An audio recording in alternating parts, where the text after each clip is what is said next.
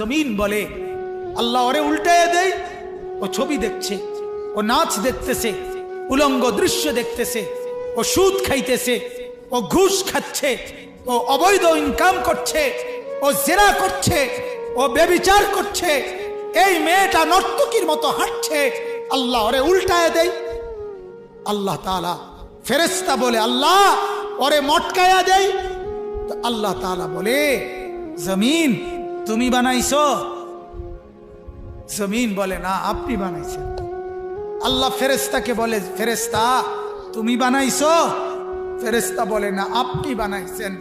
তো আরশে আজিম থেকে আল্লাহ তাআলা বলে শোনো, এক কুমার মাটির পাতিল যে বানায়, সেও তো মাটির পাতিল নিজের হাতে বানাইয়া ভাঙতে চায় না। 9 মাস আমি নিজের হাতে মায়ের পেটে রেখে আমি যারে বানাইছি, আমি নাক লাগাইছি, চোখ লাগাইছি, 1 দিন 2 দিন না, 9 মাস আমি যারে বানাইলাম, আমার হাতে গড়লাম, আমার হাতে সাজাইলাম, আজ তাকে আমি কেমনে ধ্বংস করে দেই, কেমনে ধ্বংস করি?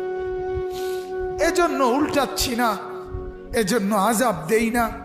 আমি অপেক্ষা করি আমার বান্দা যদি তওবা করে, আমার বান্দা যদি কোনোদিন ফিরে আসে।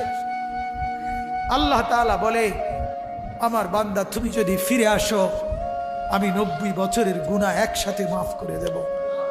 আমি রাতের গুনাহ রাতেই মাফ করে দেব, দিনের গুনাহ দিনেই মাফ করে দেব। তুমি আইসো আমার কাছে, তুমি মাফ করে দেব। এজন্য আমার ভাই আল্লাহ তাআলা বলেন আমি তো এমনিই মাফ করে দেই।